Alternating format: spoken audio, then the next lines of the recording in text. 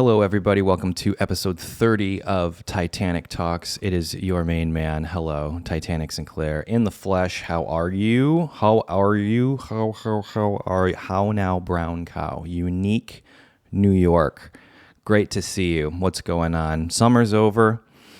What are you going to do? And there goes a cat flying by. Zoomies as soon as we start recording, and we love her for it. Summer's over. Are you finding that the kiddos are back to school? If you're a parent, I am a parent. Kiddo's only a year old, so I don't have to worry about that for a couple more years. Wonder if they'll have school in 4 years, or I wonder if maybe everything's just gonna. Yeah, they'll probably have school, won't they? Welcome back. Took a short break. Went to Michigan, my home state, and it was extraordinary. It's been about 110 degrees for 2 months straight down here where I live in Texas, and we are over it. Wishing it was perfect weather for me is 51 degrees and rain. If you're in London or perhaps Seattle, you're familiar with that and probably sick of it. But I love it. A light rain, 51 degrees. I think that's maybe from living in Southern California and now Texas for the greater portion of my adult life. You know, when I was in Michigan and Chicago growing up, it was a couple days a year you would get that, and it was always satisfactory. I think there's a certain amount of nostalgia that I associate with that temperature, that climate. And there it is. So we had a great time in the Dirty D, Detroit, Michigan. And my son got to experience real grass for the first time. And he ran around for about 5 days straight outside, because down here, I was explaining to my friend last night how our trip went and how excited my little boy was to run around in the grass and be free. And I was telling him down here in Texas, where I'm at, there really isn't grass because you need real livable weather to be able to grow a lawn. And I was having trouble explaining how my yard is. I was like, well, it's kind of like thick, very coarse, it's dry. And I ended up saying, it's like Red Dead Redemption. And he's like, oh, I know exactly what you're talking about. And I got a giggle out of that. So we had a great time. It was his first time on an airplane, and he did pretty great. I was debating. I spent about 4 or 5 days prior to our adventure looking at travel hacks for flying with a 1-year-old, and made a list of things that I needed or that I should purchase for the journey. And Amazon decided not to send what I needed, so that was great. And we ended up just putting him in a car seat in the airplane. You have to buy an extra seat for it, but you know your boy is just dripping with money. So we bought a whole row and called it a day, and he did great. If I've been through some very stressful things in life, and one of them would be flying with a 1-year-old. Definitely, I think it went about as good as it can go. Flying as is, it's always stressful. there's a really funny, there's a funny moment leaving Detroit and flying when we were on our way back, and we entered the TSA line, and it was surprisingly chill. There wasn't a lot of people, and the guy behind us just kind of did one of these and snuck under the rope because there was a giant maze that really wasn't necessary.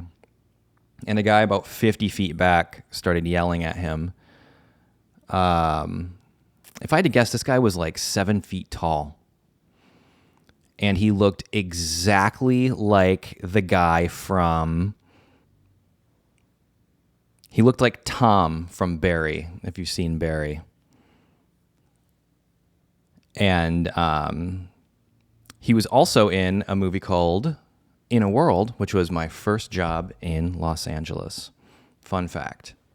That was the first movie I ever worked on in Los Angeles, California. Anyway, and so the guy had gone under, and way back, this very, very tall man started yelling about how rude and inappropriate, and how he just cut in front of someone with disabilities. And I heard that, and I turned around thinking, ooh, we're definitely in Detroit. This is going to get spicy. And immediately, and the guy who did the cutting, he looked exactly like, imagine like a very short version of Luke Combs, the country artist. I don't know how tall Luke Combs is, but if he was really short, this is what this guy looked like. And you could tell this guy, you ever see someone at the airport and they just don't have any luggage? And he's wearing shorts and a t-shirt and like a Tiger's hat. He didn't have any bags. And he's going through the airport. That always surprises me. And, he looked like he was maybe in line for like McDonald's, but he's going on, into TSA at the airport. And so immediately this guy just starts dropping expletives. Effing this, and it's one effing guy. Just go ahead and walk in front of me, and blah, blah, blah. And the tall man, who looked like Tom from Barry, you could tell he got what he wanted. He was just he wasn't even he had just walked into the airport. The first thing you do at the airport is you go right through TSA. And you could tell he was just waiting. There's a bug on my... Get out of here. There's a fly. He was just waiting for an argument. Like for weeks, he's probably been thinking about this trip and stressing about it and anxious, and just he had to get it out. And he was just excited that this man who was much shorter than him, he could yell at. Some people are like that. They're just they're waiting for it. And so I turn around and I'm looking, and I'm just like, yes, this is, I enjoy, I don't like being in confrontational situations like that, but I love being right there to observe. And so the guy's yelling, it's effing one place, and you're going to be a crybaby about this, and good, And then the tall guy, he must be like late 60s. And he's like, try it, buddy. Try it. We're going to do this. Let's try it. And I'm just popping the popcorn. And it was so funny because then, even though there's only like maybe 5 or 6 people in front of us, of course, it took a half hour to get those 5 or 6 people because they didn't have their passport or something. And so So they had to stand next to each other the entire time, and I kept looking back, and both of them are just...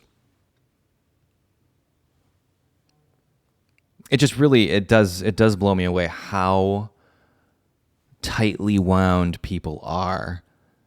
And the whole time I'm just thinking, I didn't say anything because it's, none of my business.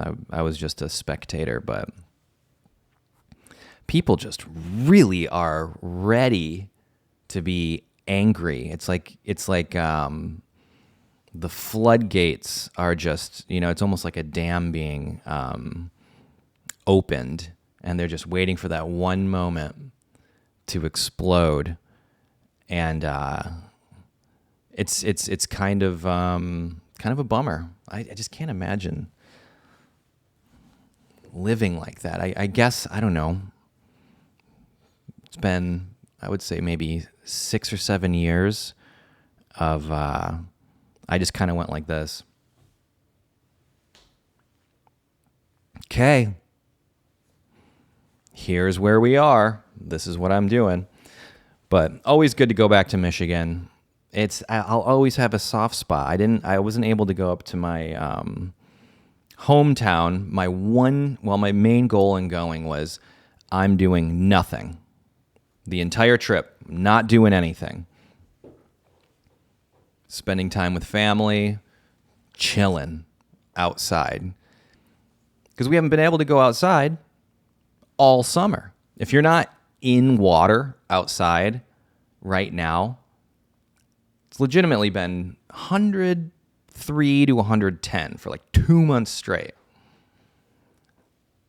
And meanwhile, I've got a 16-month-old little boy who wants to play outside. So we've made use of the little sprinklers, the misters. And that's pretty much the only way you can exist. Splash pads, water parks.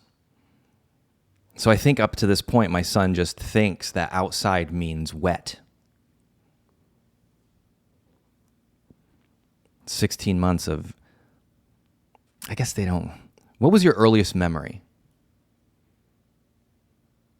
I'm convinced, my mother doesn't believe me. Love you, Mom, but I'm pretty sure I remember my first memory. Second birthday, I received it was birthday party, and I received it's like a Fisher-Price spinning top toy. I was born in the 80s, so we had spinning tops as toys still. And I just remember it being scary or poisonous. Something was off about it.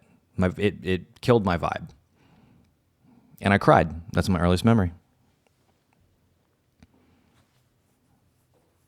But my mother would tell you, I don't think you remember that. There are photos. It makes you wonder, like, oh, did I just see the photo and think I remembered it? Anyway, I guess what I'm getting to is I guess I have like a year and a half probably until my son starts remembering things, which is really strange because where are we going to be in a year and a half? Can't predict the future. I think I told this already, but my first thing my dad told me when I told him that we were going to have a baby, didn't even miss a beat. He goes, oh, he'll graduate in 2040. Okie dokie. That threw me for a loop. Still does. Good times, though. Got to see the family. Very good vibe. Detroit people are funny, man. Really funny. I'm used to it, but you bring someone who isn't from the Midwest, and certainly Detroit. I mean, it's a blue-collar place. And there's blue-collar food there. Everything was some sort of a salad with like a cream or a sour cream or a cream cheese or a salad or a dip. lot of that. A lot of finger foods in the Midwest. And I gotta say, I went to Kroger. In Michigan, you pretty much have Kroger, at least in the Lower Peninsula. You have Kroger or Meijer. If you live in Southern California, I would say it's like the difference between Ralph's and Gelson's. In LA, at least. And then you have your oddball. You have Trader Joe's. And in Texas, you basically just have H-E-B. Don't even bother. If you're a grocery store in Texas, just don't bother. H-E-B is the primary reason. H-E-B is the primary reason that I have remained in Texas, I think. It's the best grocery store, period, probably in the world that I've been to. They have some really nice grocery stores in Tokyo. They're different. They're smaller. I mean, if you haven't been to an H-E-B, you truly are missing out. People always talk about Buc-ee's. That's become like a super viral thing. Buc-ee's, it's great. It's a gas station. And it's fun when you're on a road trip and you see the signs. They let you know for miles and miles and miles because everything's 6,000 miles away in Texas. You know Buc-ee's is coming. They have the best bathrooms. They figured it out. They said, hey, what if we just had a giant, it's almost like a locker room. The bathroom's there, but they're very clean. And you get your individual stall. If you've been on a road trip for a while, probably eating some snacks, maybe your tum-tum's questionable, the last thing you want is to be in some dingy gas station bathroom where who knows what happened in there for the past 30 years because it's never been cleaned. And it's always that thing, you go in and there's no one there and you close the stall door and sit down, and the second you do that, a Tyrannosaurus Rex of a human being walks in and plops down right next to you. What is it about airport bathrooms that really, I have heard probably the most disturbing and disgusting sounds in airport bathrooms. The most horrifying sounds I've ever heard in my entire life. And it's always in an airport bathroom. And you always kind of hear like usually it's an older person just really, really struggling. You feel bad for them. But it's almost like, hey, man,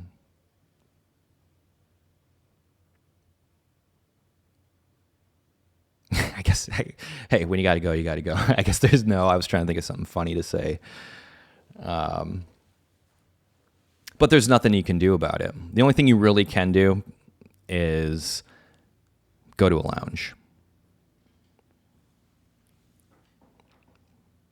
I used to fly, like once a week. So I was executive platinum, American Airlines, all the perks, pretty much flew first class for free for 3 years. And then the world shut down and lost all of my points and status. So I switched airlines. You know, I'm a loyalty first kind of person. And,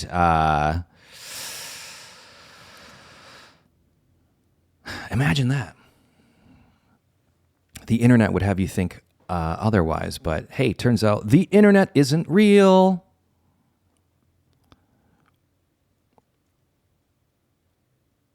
People really thought the internet was real for a long time, didn't they? I still get it. I was swiping through one of the apps And one of my old videos came up, and I was like, whoa, it's always when something you make is like going viral again, and suddenly you're just like mindlessly scrolling TikTok or Shorts or whatever it was, and it's you. It's like jarring. It's like, oh, whoa, it zaps you out of the mindlessness. And it's so funny, just seeing, well, actually, it's terrible that he was, this and that and whatever. And it's like, if you only knew these people in real life.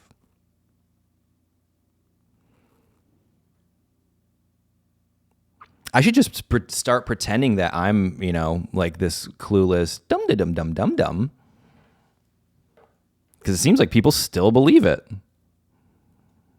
What if I told you most actors and actresses are horrible people? Surprise, surprise. Someone who pretends to be something their entire life, their career and lifestyle revolves around pretending.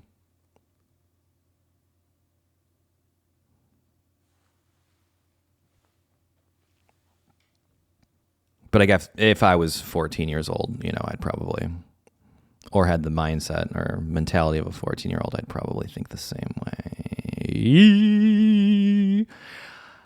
Confession, hot take, I cannot stand the Smiths. Just like everybody else does. Can't do it, man. I have tried for 16 years, if I'm being realistic. I've tried for 16 years to like them. Johnny Marr, cool guitar stuff. Stephen Street, real cool production. Band sounds cool. I get the whole Morrissey thing. I get it, but just like everybody else does. Can't do it. And that one, it's like, God, no. Can we stop? And if a double-decker bus crashes into us. It's so funny, those little, I like the decisions he makes. Crashes into us. Like, why would you do that? To die by your side. Don't like them. But I've tried. In the comments, who is your band or artist that you legitimately try? It's been 16, maybe 20 years of my life. Like the Smiths would come on, but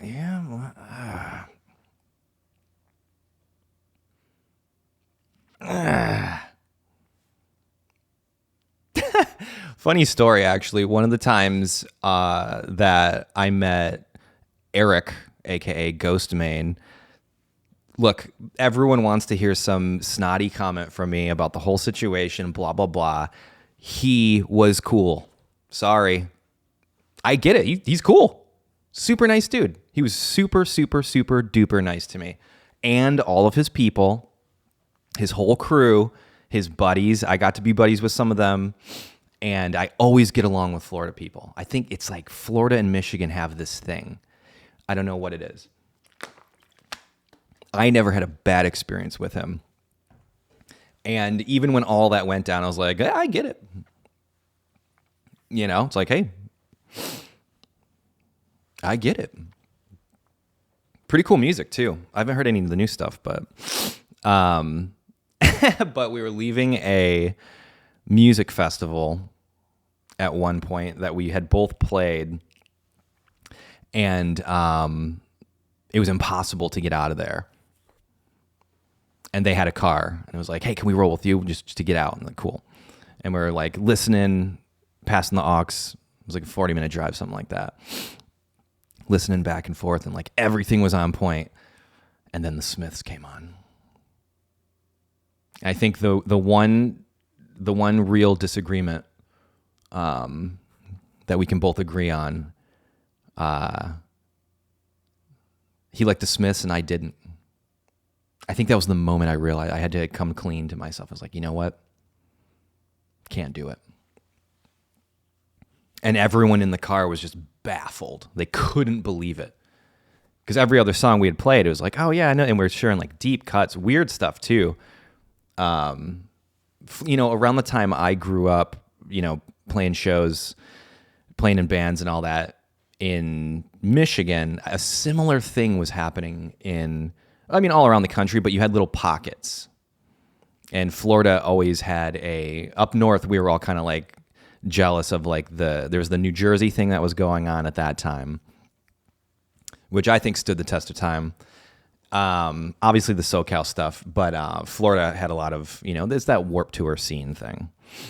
And they had some deep cuts, and we were sharing things back and forth, and it might have been just like everybody else does. And sometimes sometimes you got to go out on a limb.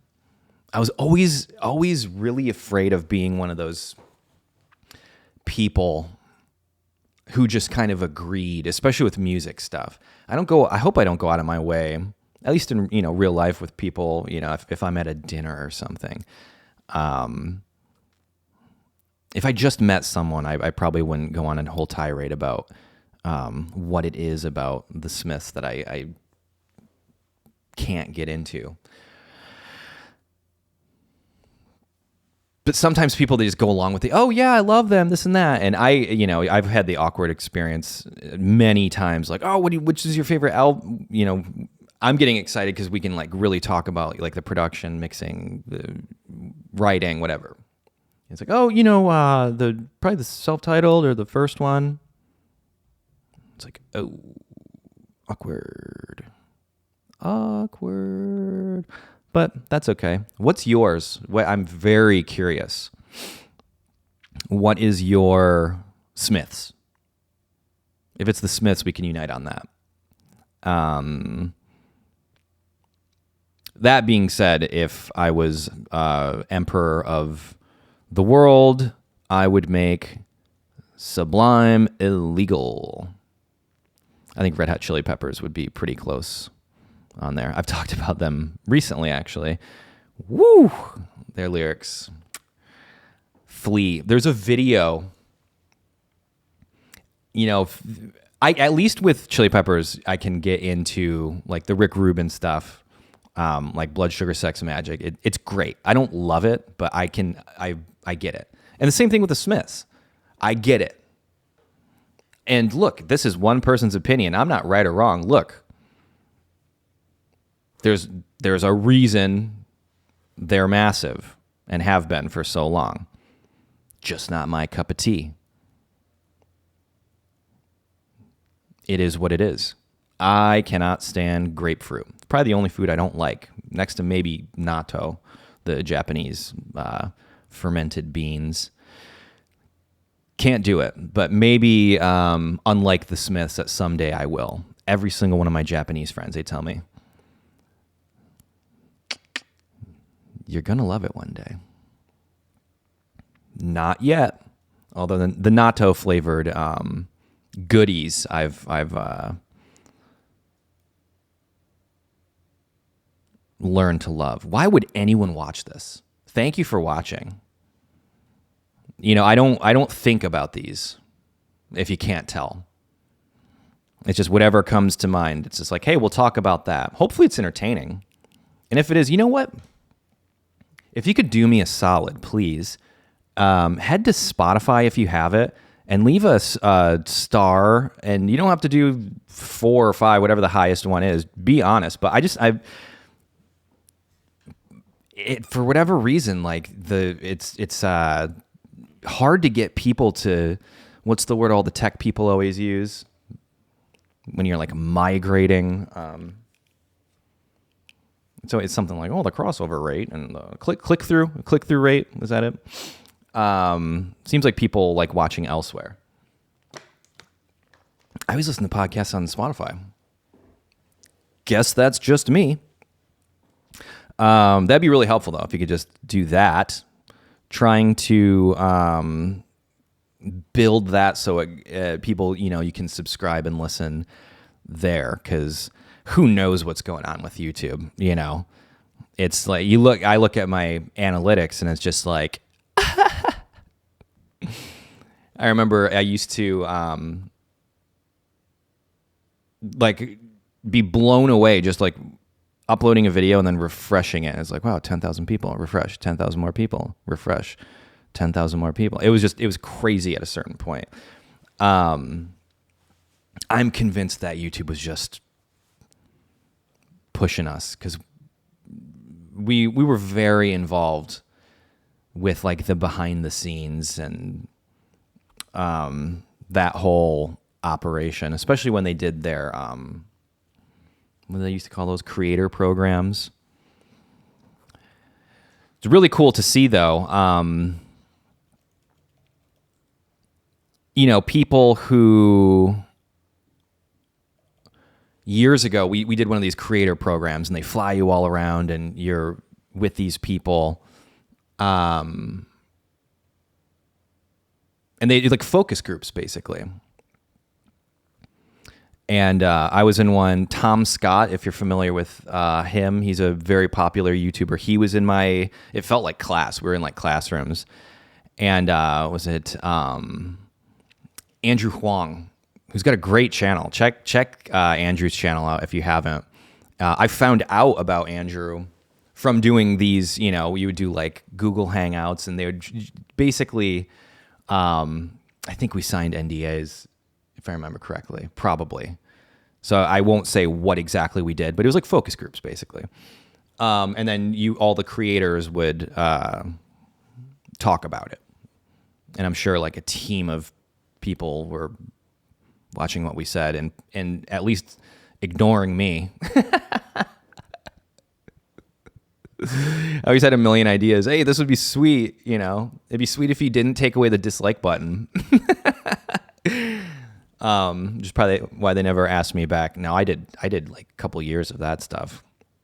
One of them I was in, can't remember if I ever talked about this, but it was with the woman from Tiger King, Carol.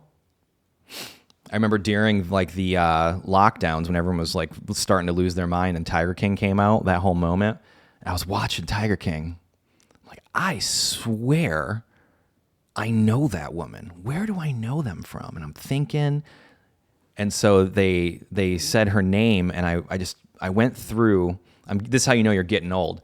I'll hear a name, and I go through my Gmail and just in quotes, Carol Baskins, and sure enough, I was in a YouTube. I spent a week with her at the YouTube space in Los Angeles, California, which apparently is gone. What a bummer.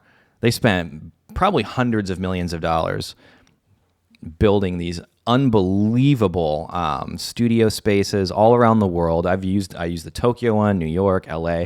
I pretty much lived at the LA YouTube space for 3 years. I was there all the time. I wonder if we used that. I'd have to find, I'm sure I have their contact for someone who used to work there, RIP YouTube space. I wonder who used that the most, because man, did we use that a lot.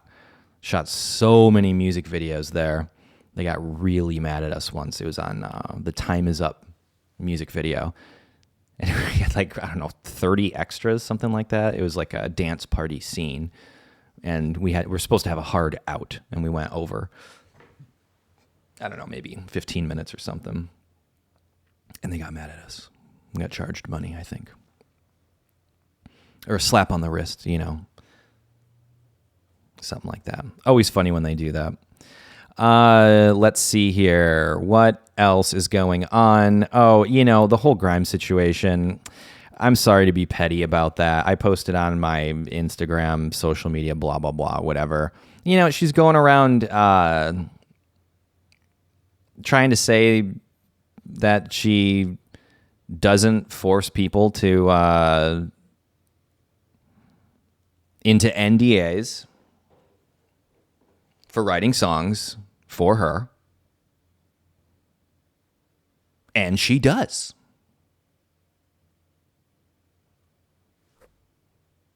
And all of her, it's weird. Half of her fans seem to really hate her, and half of them seem to love her.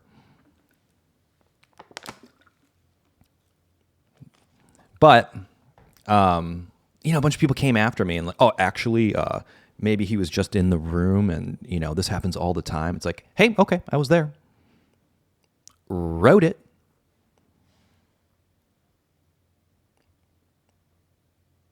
Hey, maybe I was just imagining writing and recording the guitar riff. And writing the words.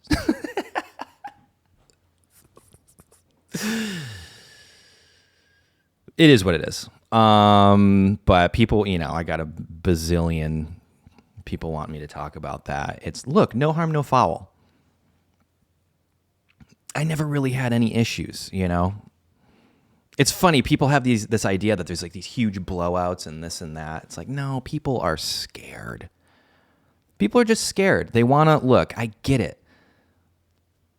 Her whole life, it's like everyone's just been like, oh, this genius writer and producer and this and that. And that's what I thought too.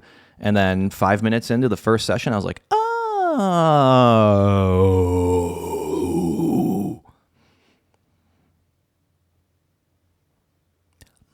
Marketing.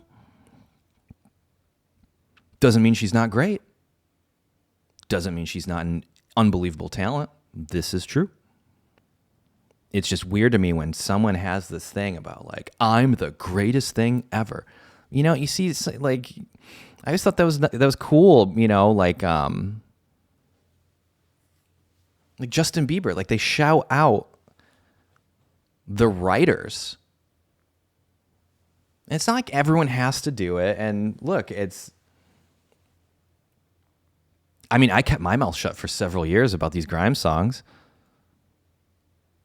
And it's like, well, for the record, like, hey, do I really need to apologize for writing a song? And you didn't want me to talk about it. It's like, okay, I won't talk about it. And then you didn't fulfill your end of the contract. And so it's like, well, if I did, if I'm not getting anything, like I would at least like people to know, like, hey, by the way, but these people, they want to revise history. I've been through it. Build a channel to, millions of subscribers, hundreds and hundreds and hundreds and hundreds of millions of views. Just imagine you're in my situation and you wrote every single one of them and directed them and edited them and did original music for every single one of them and promoted them and spent countless hours spamming anywhere you could on the internet trying to get people to watch this stuff. And then after the fact, the person you made them for just decides, I'm just going to delete everything with their name on it. No, actually, that was all me. Nothing I've done in the years since is remotely close to that style, or at least it's not connecting in the same way. Look, I don't think anything is better or worse, right? It's different flavors. And it's like typically when I work with people, there's a flavor. And some people like that. I guess what I'm getting at is it's okay to not be the only thing. I like to shout out the crew, the cinematographer, the stylist, the hair and makeup people, the backup dancers. Because I believe that, it takes a village to raise a child. And pretty much any artist that you know of certainly any artist on the radio, there is a whole team of people. There is no such thing as an overnight success. Although this Oliver guy, the rich folks, whatever, country dude, like 50 million views in like a week. Like, oh, crazy. Who knows? I don't know the story behind that, but there's all these things. Oh, you turned down $10 million for this and whatever. It's like, oh, okay. We shall see. We shall see. But shout out to all the people working their tail off who don't get the credit. It's one thing, look, if you're in the credits, that's great. My issue is when you wrote and directed everything for years and years and years, sacrificed, turned down, and was forced to turn down any and all work that wasn't for that person. And then when they're done with you, there's like, you know what? I'm not just going to screw you over for tons of money, but I'm going to pretend like you never even existed. It's like, that's the kind of person you are. Kind of hard to do when, hundreds of millions of people have watched, and especially when you're in them too. But I don't know. Anyway, I digress. It was just silly. Let's go to some user questions. Got an interesting one from Cody here. Back again with another music question, but Cody, you got some great questions. So I can definitely hear your influences in your songs. Certain things you've made remind me of a lot of Blur, Weezer, the Beach Boys, and Radiohead. Yep. However, I wouldn't say that you rip any of those artists off. I would say I have. Look, it's you take... It's one, I think ripping off is when you just take the thing and do it, right? I've been listening to, I really want to understand Oliver Tree. I've been using him as a reference in with all the artists that I work with, especially the first kind of when I start working with a team or an artist. I like to get down to like, okay, what's the action figure look like? Most people, when you even tell them that, they're like if you're an artist right now, what's your action figure look like? If you don't immediately know, get to work. Start thinking of, down to the outfit. What accessories does your action figure come with, right? And that's just step one. And then it's like, okay, well, what does your Disneyland look like? You have to think, or at least I think about it in that way, because it's hard to, I feel this way about directing. I can't show up on set unless I know the script inside and out. I know the storyboards, or at least like the previs and the set design and the characters and just everything about how's the lighting, what am I thinking the sound might be like, the sound design, the music. I need to know all that stuff before I even show up on set. Or for me, I like to. Some people like to work and just wing it and be like, hey, we'll see what happens. We'll just hire all the right people. That's great. No right or wrong way to do it. But the way I do it, I like to have a good idea. Even if I'm just doing like a simple YouTube video. It's like, here's the angle. Here's the tone. And with an artist, it's like, what's the action figure, right?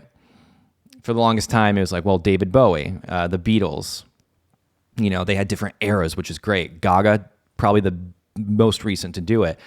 Dare I say, Oliver Tree is the current one doing it, I think. And I dig the tunes too. It's very in the vein of stuff I like. I would imagine if we hung out, we'd probably have a good conversation.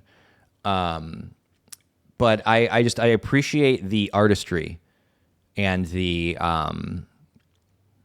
marketability that he clearly understands, because it takes more than just really good songs. It really does, especially nowadays. And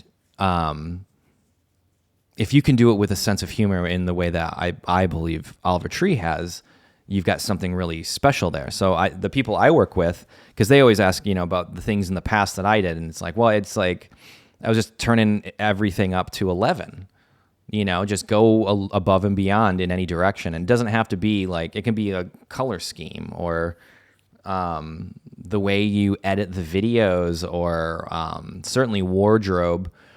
The visual aesthetic is extraordinarily important. And I remember the first time I even saw Oliver Tree, I was like, I get it.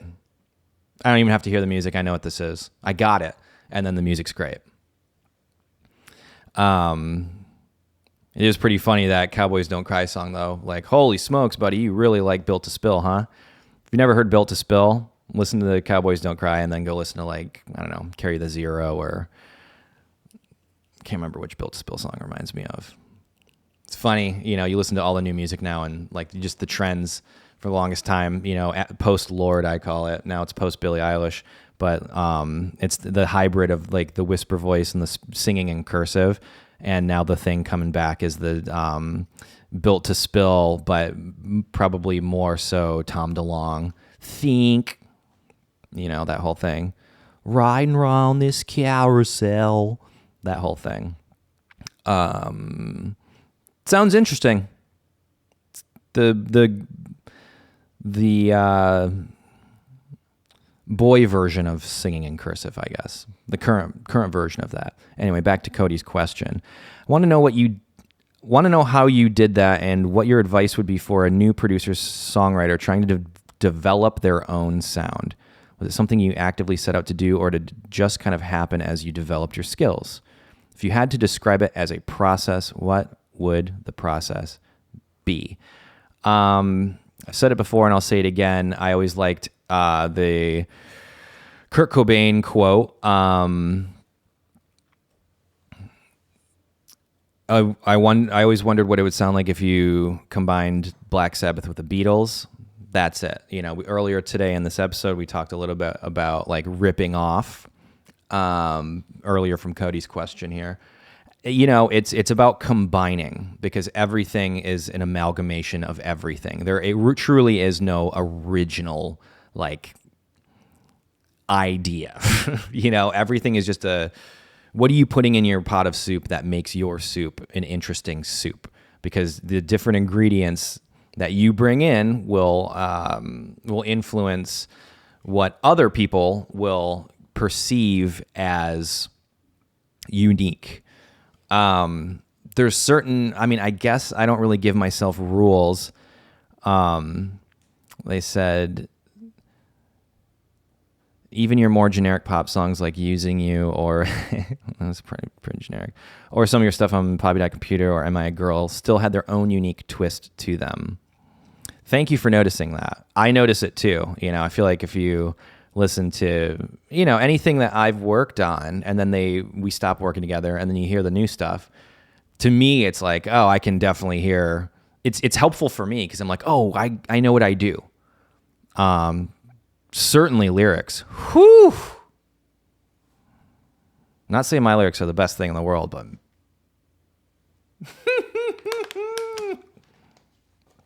pretty funny.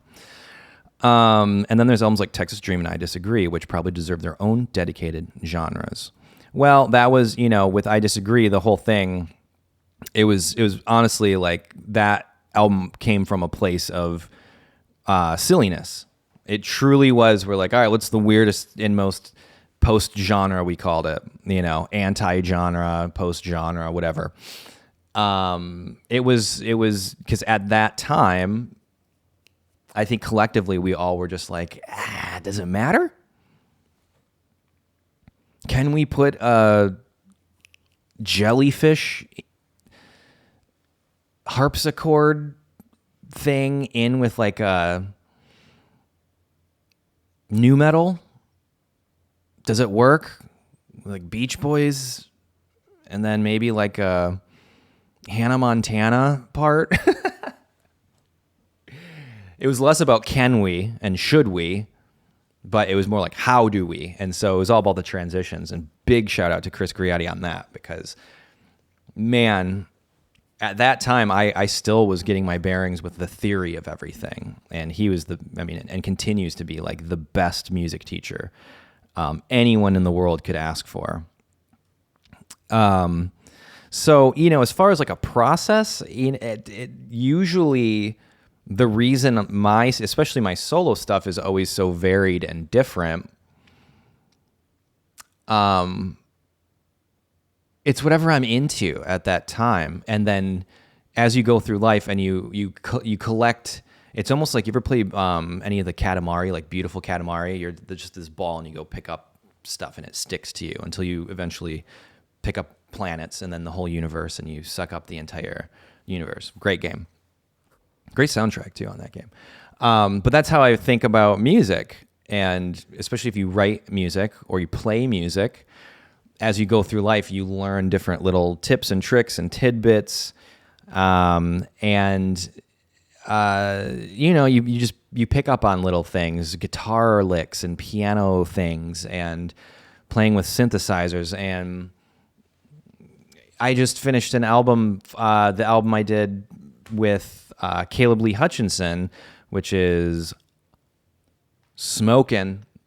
Got the masters, sounding great. I think next month the first single is going to come out.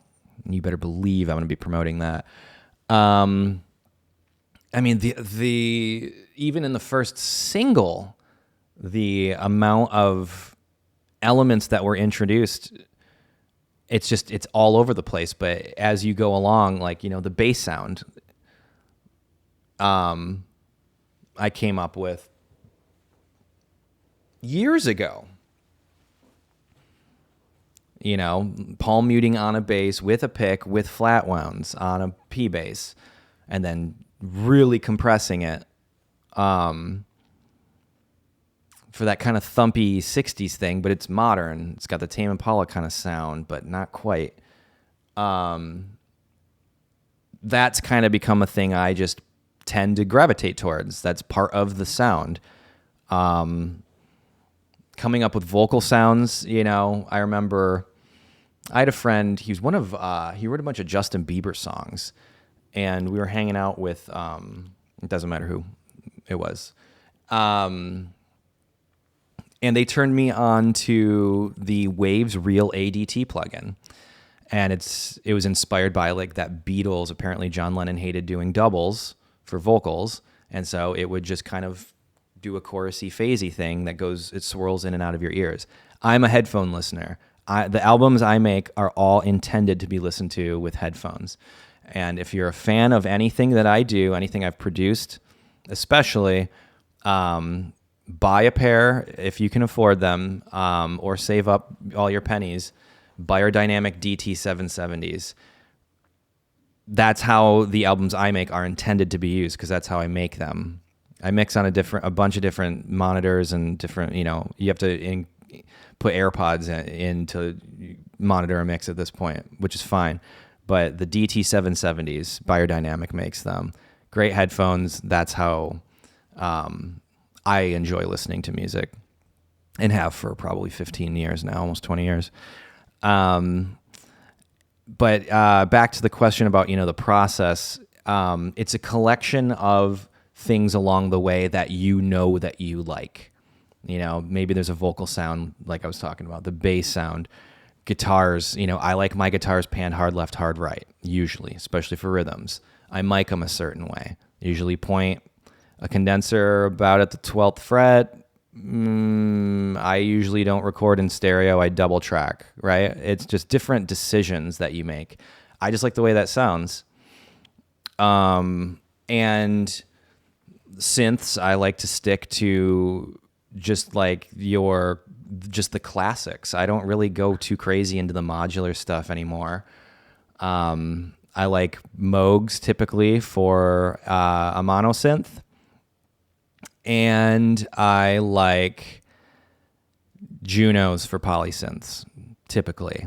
Some of the FM stuff's really cool. The late 80s stuff. I like the DX7, which is DX7's FM, and then the D50, which is digital linear.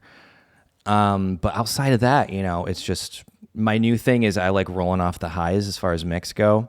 I've been using the RC20 retro color. If you're a producer, mixer, engineer, blah, blah, blah, you can just get away with some really cool stuff. Really kind of it's a deep question, because I wonder about that, right? They said, ever since technology is a dead bird, you've been making things that are very distinctly you. I mean, I can tell you right out of the gate, one of the plugins that I used extensively in that, it's a real simple one, but I never see people reach for it.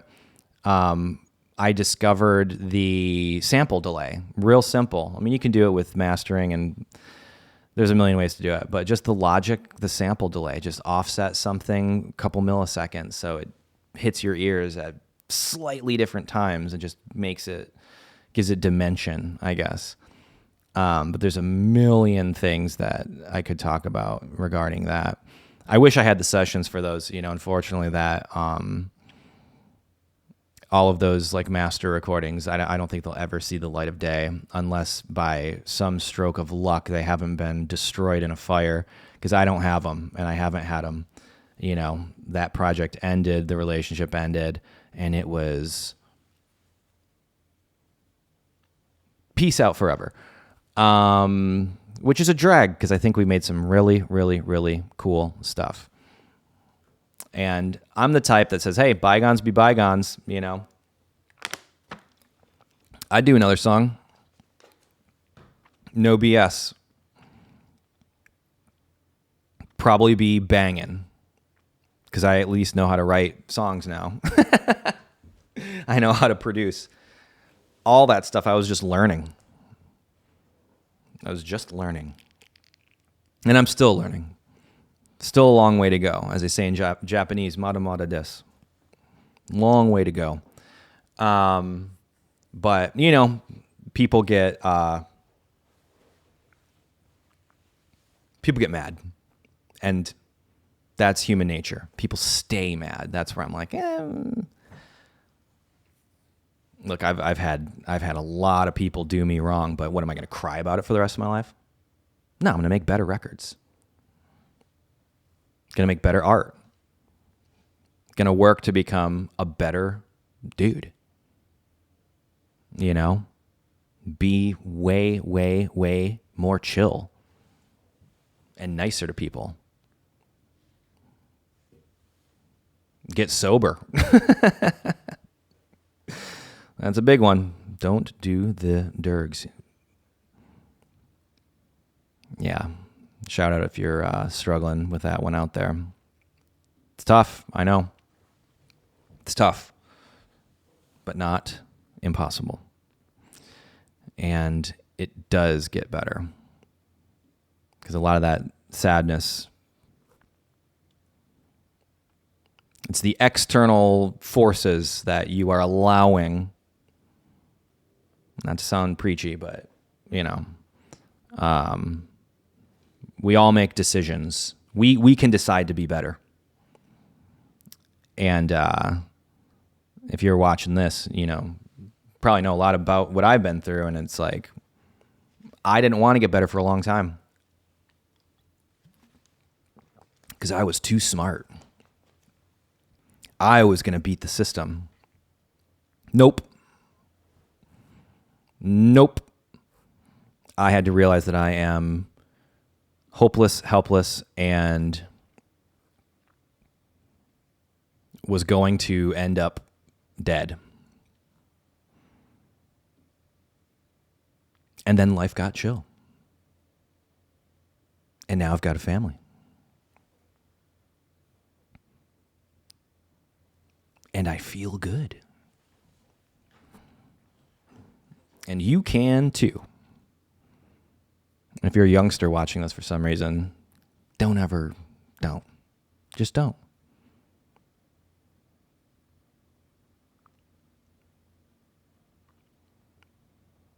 It's tough out there. Sorry to get deep for a second, but life is a tricky thing. And boy, oh boy, have I been through the ringer. But guess what? It's tough for everyone. Something I've been thinking about a lot. I keep seeing it, people are just really, really down on themselves. And it's hard. You got inflation and everything's crazy and it's expensive and just whatever. But, we have such a small amount of time here on this planet. And you owe it to yourself, I think, to not be so hard on yourself. Give yourself a break. It's tough. Yeah. It's tough. The amount of times I've wanted to just give up and shrivel. I mean, there's probably months where I just laid in bed. And every single thing that I've done that's changed my life for the better, it's legitimately because I just went, okay, whatever. I'm doing it anyway. I'm at least going to try. And if you just do that enough times, something will work. It will. Something will work. You just have to try. And that goes for, mental health stuff, and it goes for addiction, and it goes for relationships and stuff, with your family. I didn't know any of this stuff pretty much throughout my 20s. I was such a dum-dum. I expected people to start thinking the way I saw the world was like, no. How can you be of service? No one's going to think the way you think. But that's what makes you unique, an individual. If you're an artist, that's what's going to make your art interesting. It's probably, for Cody's question there, probably the best response. There's a certain amount of just like, well, I like it. You can sum up every song I've written, produced, released, whether I co-wrote it or wrote it all on my own or whatever. There's a certain amount of, well, I think this is good. I think this is funny. I like putting funny things in jokes. You're the only one who's making me come to my sinful senses. It's like, I know it's dumb after I'm talking about how bad lyrics are. But look, I think it's fun when it's fun for other people. And it's just, there's enough like cool people out there. Just be you. If people think you're cool, great. I've never thought I was cool. It's like there's this whole phase where I was like just trying to look cool or be cool. And then I realized like, I wouldn't like this person. And so I just started being me. And well, wouldn't you believe it, suddenly that bleeds into all of your art and your life and your world. And suddenly it becomes better because you're not fronting, you're not projecting, trying to be something that you're not. And it took me long enough to realize that. And there's, I get it if you're an artist. It's frustrating when you see other people just straight up fronting. I guess it's one thing if it's a persona and it's like everyone's in on the joke, but these people who it's everything's been done. Everything has been done. Every chord progression, blah, blah, blah, and once I accepted that and really started to just simplify everything, I started having fun with it again. Because there was a couple years where it's just like music wasn't fun. It felt like a job. I couldn't stand it. And then just recently I'm just exploding with music again. Thank God. And just starting, I've got a new side project that it's my favorite thing I've ever done, period. It's the stuff that I was trying to do, hoping and wishing and praying 15 years ago. When I first started like recording music, I wished I could make stuff like this. And the funny thing is now I'm not even thinking about it. It's done. No thought, just process. Flow state, some people call it. And if it feels right, gut reaction, just go with the gut, boom, done. And just about everyone I know says, yeah, this is the best thing you've ever done. Pretty cool. But we'll see. I know it's going to upset some people. But look, it's all about the art. That's all there is to it. So I didn't get back to get to more. I kind of went on a rant there. I apologize. Hopefully, there's something substantial that you learned or feel good about. But hey, look, I don't plan these things, so we'll get to more listener questions next week. I wonder if there's any like really quick that we can get to. I'll get to him next week. We're already over an hour here. So email titanicsinclair@gmail.com if you have a listener question. Make it easy because your boy gets lots of emails. Just put listener question in the subject. And I promise I'll get better about getting back to those. TitanicSinclair.bandcamp.com for merch. I know I keep saying new merch is coming. We're just making sure we're getting the absolute best. I don't want it just to be some generic Gildan, shirt. Those are cool too, but I'm trying to find the absolute best of the best. So they're coming, but discount code, I think it's 20% off. We are back, baby. For merchandise, couple shirts, couple sweaters, etc., sweatshirts, hoodies, and go check those out. And if you could, if you're not subscribed to this, holy smokes, yeah, I get it, but like, comment, subscribe, all that stuff. I don't know what's going on with this YouTube. It's just, it's tough. And then, like I said earlier, Spotify, if you could go give that a like or a share or a review, blah, blah, blah. I would definitely appreciate that. That would be very helpful. Love you guys very much. Thank you. Does mean a lot. And we'll see you back next week. Trying to get some guests.